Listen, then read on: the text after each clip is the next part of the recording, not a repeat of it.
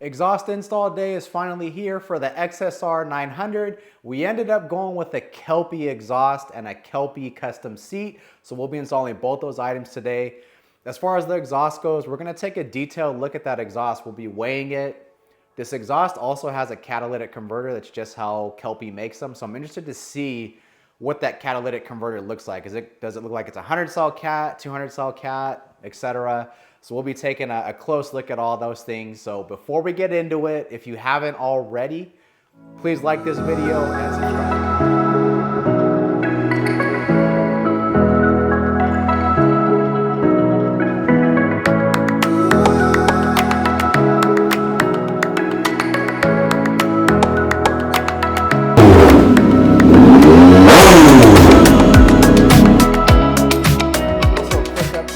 RSV4. So just yesterday I received this big box of carbon fiber from Italy.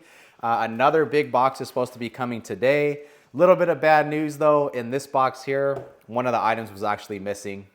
Guess that's just kind of been my luck lately. First with the AEM rear sets for the Ducati being absolutely disastrous. Now a carbon piece missing for the RSV4. That's just kind of the way these things go. But a little bit of good news though, I did receive the graphics kit for the RSV4. It came from France. It looks really good. It's going to be a red, white, and green color scheme, so be on the lookout for that. Even with the missing carbon piece, I still should be able to put most of the bike together, and you guys will be able to get a good idea of what it will look like. This is the stock XSR900 exhaust. Go ahead and start it up, Andrew. See our dBs here, low 80s, high 70s, something like that. Go ahead and rev it.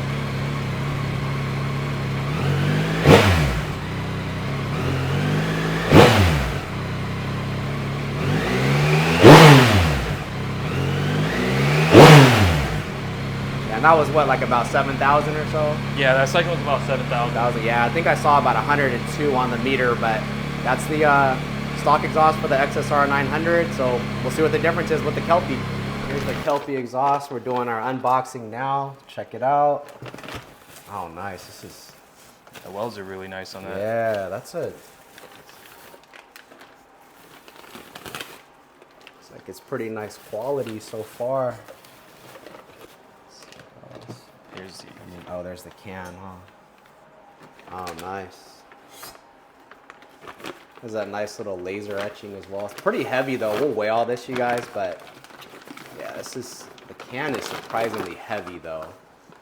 But yeah, it almost has like like an Austin Racing style cap on the end, but yeah, pretty cool. I like the laser on that. Then you have it's like the baffle. Oh, yep. And here's our baffle here. So this would go, yeah, so this is gonna go like that. So we're not going to use that, but yeah, it's certainly an option. And then you have the link pipe, which has the high flow cat, which is actually pretty nice too. Nice. Oh, nice. And here's our link pipe with the cat. Let's take a look. Oh, you can kind of see in there just a little bit. Yeah, that's definitely, I don't even think that's a 100 cell cat in there, huh? I don't think so. Yeah, okay. Hardware, you get a nice little spring puller, nice, which is really nice. Oh, sweet. Okay, cool. Yeah, it looks good. All right, let's start throwing it together. We'll see what we got. There's the exhaust all laid out. We're gonna get ready to prep to put most of it together, kind of pre-assemble it before we put it on the bike. So Kelpi actually labels the collector, so it makes it a little bit easier to figure out what pipes are supposed to go where, but as you can see here, we're starting to throw the springs on. Got the manifold all assembled. Now we're taking off the, getting ready to drop the radiator. There are a few 5mm Allens that need to come out. So there's that one and then one on the other side, which Andrew's working on now. We've gone ahead, dropped the radiator. Like I pointed out before, it's just Allen key on this side, Allen key on the other side. And there's a bracket, I'll show you guys in a second. There's a bracket underneath that was here holding the bottom of the radiator, but with the radiator completely loose, you don't really get much room, but you'll get a little bit of space to work on the manifold. But yeah, so that bracket that was holding the radiator, it's this one right here. And it basically bolts into the engine block with this 10 millimeter. So it's a little bit tight getting in there, but once you kind of figure it out with your universal joint extensions, you're fine. So now we're starting to unbolt the stock manifold. They're just all 12 millimeter nuts. So we got our manifold completely loose now. Having that radiator loose did help a little bit. Now you're gonna remove the 12 millimeter bolt here. And there's one on the other side by the kickstand. So it's gonna be that one there, also a 12 millimeter. So it took a little bit of wiggling to get it off, but as you can see, we got the exhaust completely dropped. So we're gonna go ahead and weigh that now and see what our weight savings are gonna be with the Kelpi. So here's our stock exhaust weight. Looks like we're at 15 pounds, 13.6 ounces. So just shy of 16 pounds. And there's the Kelpi on the scale, including all the appropriate fasteners. You can see we're at 9 pounds, 6.3 ounces. So quite a bit of weight savings there. And that's the dog agreeing, I guess. These are your manifold gaskets. You're gonna reuse the ones that were already there. So what we're gonna do is we're gonna put a little bit of wheel bearing grease on these, and then put them inside the cylinder head. So then that way they don't fall out. All right, so a little bit hard to see, but you can kind of see the exhaust gaskets on the angle that they're in. So if you don't put any grease there or anything, you can see how they would fall out really easy. So even though this is a stainless exhaust and not a titanium exhaust, it can still stain. So it just doesn't stain as bad as titanium, but you still want to wipe it down with alcohol. So what I like to do is do a preliminary wipe down prior to install. And then once we install it, wipe it down again.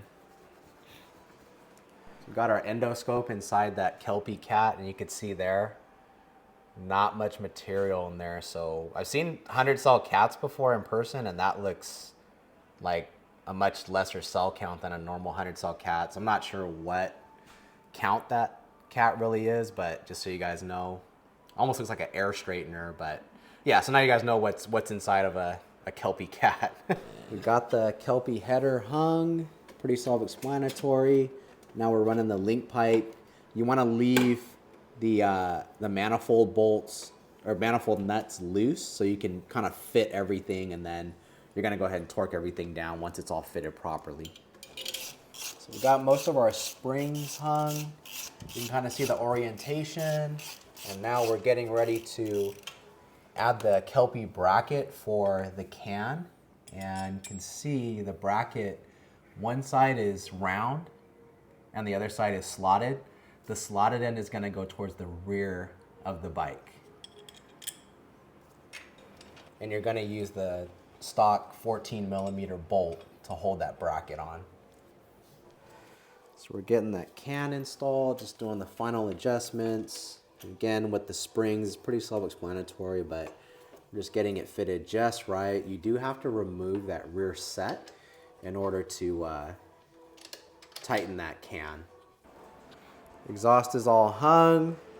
Just so you guys know, when you put the rear sets back on, these are 21 foot-pounds. And we put a little Vibrotite on as well, but as you guys can see, getting ready to hang that radiator, and then we'll start it up. And that radiator fully installed, adjusted properly, make sure everything's torqued, and then we're gonna go ahead and start it up. We actually got some Kelpi bar end mirrors as well. Really surprised with the quality. The quality's really nice on, well, I shouldn't say surprised, but I'm very satisfied with the quality. See, it has the nice little emblem there. I'm gonna go ahead and weigh them and see how much they weigh compared to the stock bar ends. Of course, the stock bar ends are pretty heavy. So let's see. Looks like we've got 13.5 ounces for the Kelpis. Here's the stock bar ends, and we're at 1 pound, 14.2 ounces. So losing over a pound there. Check out this seat we got from Kelpi Customs as well. It's like a nice Alcantara finish. This has gold stitching. We kind of asked about yellow stitching, but Kelpi recommended to go with the gold instead. They said yellow might be a little too much just because of the amount of stitching, but really like how Kelpi They actually use the OEM Yamaha seat chassis. So you'll see here, it's exactly the same as the stock one underneath. So you know it's gonna fit right. There's not gonna be anything weird about it. It is a stock seat underneath. It's just the padding and the cover that's completely different. But what we noticed too, Andrew noticed this actually, is if you look at how the stock seat is on the inside, the Kelpi one is actually nicer, right? The lines are nice and straight. It's a better look than stock. And then of course the top side, you can see a lot of detail on the stuff like this, which is really cool. There's a Kelpi on the back as well, which is gonna be nice when we have it installed. You'll be able to see it just over the tail light there. Got the stock seat on the scale, just out of curiosity. 4 pounds, 14.3 ounces. We removed all the tools, so that way it's a apples to apples comparison. And here's the Kelpi on the scale. We're at 4 pounds, 7.7 ounces. So a little bit lighter than stock, but not much. Getting ready to start it up, but we got the mirrors put on. You can see exhaust is put on. Got the seat. Like I said earlier, this is probably the coolest part, at least for me. It's got that right there. But let's go ahead and fire it up and see what she sounds like. All right, first start up with the Kelpi exhaust. This is fully cold. Okay, starting up. Yep, go ahead, start it up.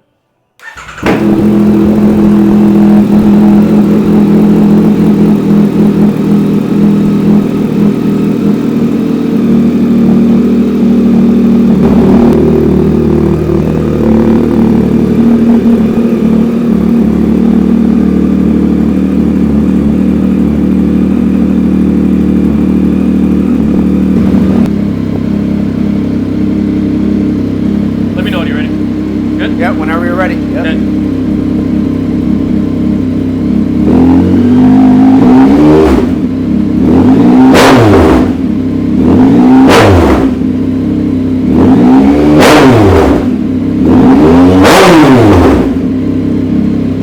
Yeah, that's pretty loud.